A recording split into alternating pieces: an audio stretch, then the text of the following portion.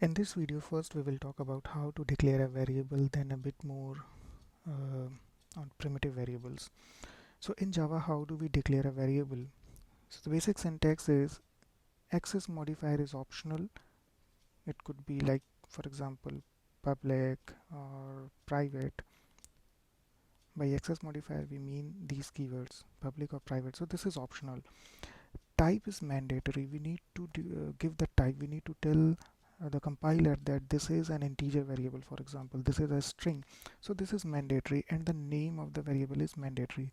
So that's how we define or we declare a variable. So let's say we have to declare a string variable, so we would write something like this: string with uppercase S and name. So maybe I just want to declare a variable name to store some string values, so I would say string name. Now if I need to declare an int variable, so in Java I would say int, not the full integer but just the int, and name of the variable. So for example, I have to store the amount, right?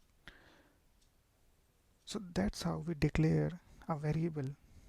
Now let's say if I have to create a variable to store an object, in that case we would need to create or declare a reference variable. So if we have to create a variable to hold the object of, let's say, student class, in that case the type must be the name of that class. So student and the name of the object, it could be anything, dummy.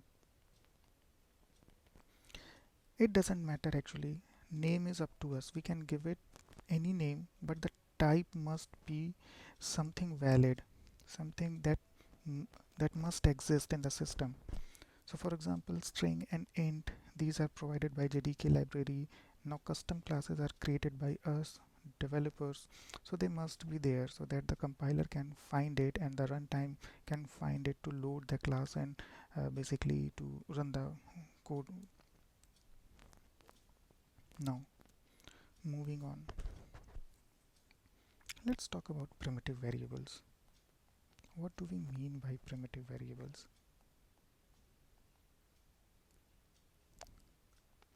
So anything that's not an object in Java, or I should say any variable that is not exactly an object, is a primitive variable. So there are many primitive variables.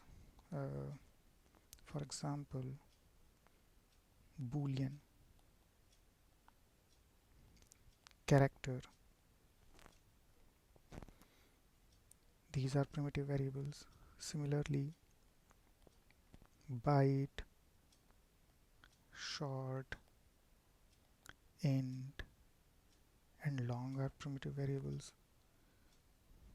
If we talk about the decimal numbers, then float and double are primitive variables. Now float and double, so they are in the order of increasing magnitude. By that I mean that byte is smaller than short, short is smaller than int, and int is smaller than long. Similarly, float is smaller than double. So these are primitive variables in Java. How do we define, let's say, a Boolean variable? So I would simply give the data type Boolean. Let's say the name of the Boolean variable is flag, and it must be true if I want it. I mean, it could be, the value could be true or false. To define a character variable, we would simply write char c, and let's say in single quote a. So this is a character variable. Int we have already seen. For long, we would write something like long myvar, some integer value, let's say 10, but we have to write l after that and semicolon, so that compiler would know that this is a long variable, not an integer variable.